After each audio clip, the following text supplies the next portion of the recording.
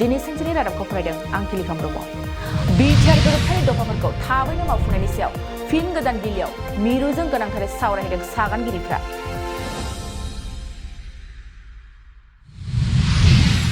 Debargaon block इउपिपिएलनि आफादगिरि बिजित बसुमतारिया बुंदों दावराय देख्रेबा गामियाव रायजो बोखावग्रा सुबुंसो।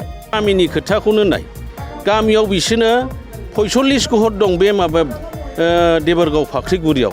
बे 45 घर न'खरनि बिथोरावनो बियो मा नार्जारी बसुमतारी गावस्रालायहोनानै रायजोखौ खावनै खालामनानै दोनबाय बियो। देबरगाव प्राइमारिनि सिङाव बिपिएफ दोलोखौ नागारनानै गोबां सुबुंफ्रा इउपिपिएल दोलोआव जगदान जाफैदों।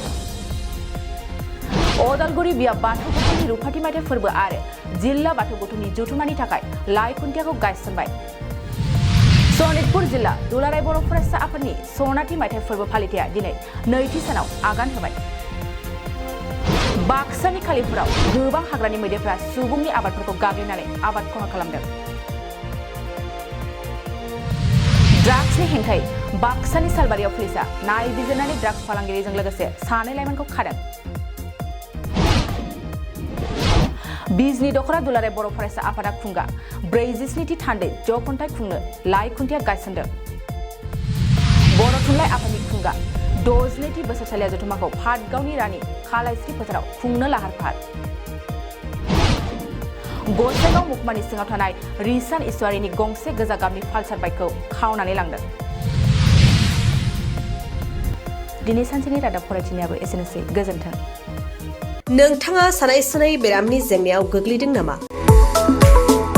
जुदि नोंथाङा सानाय सुनाय दंब्ला जिंगासिनांगौ गैया। चिरां जिल्लानि बेंटल गेट साफागुरियाव दायो एसआइ निउर' थेरापि सेन्टार दंसै। बे थेरापि सेन्टाराव नोंथाङा गोरलैयैनो देहानि सानाय सुनायखौ फाहामथाय लानो हागोन। बे आथिं सानायानो जाग्रोदों, ओमफ्राय जानाया एसे सिगांनिफ्रायनो जाखादों, ओमफ्राय बिदिनो गुबुन गुबुन मुलि जाबाबायदों, ओमफ्राय हामाखै। दिनैनि ट्रिटमेन्टआ आङो एसे मोजां मोनसिनबाय। जेरै सिं सानाय, आफादावरि सानाय, मोदोम जरा सानाय, आइजोफोरनि जेंना, खर' सानाय बायदि बेरामखौ फाहामनाय जायो। लोगोसेयैनो बे सेन्टाराव थानानै फाहामथाय लानो हानायनिबो सुबिदा खालामदों।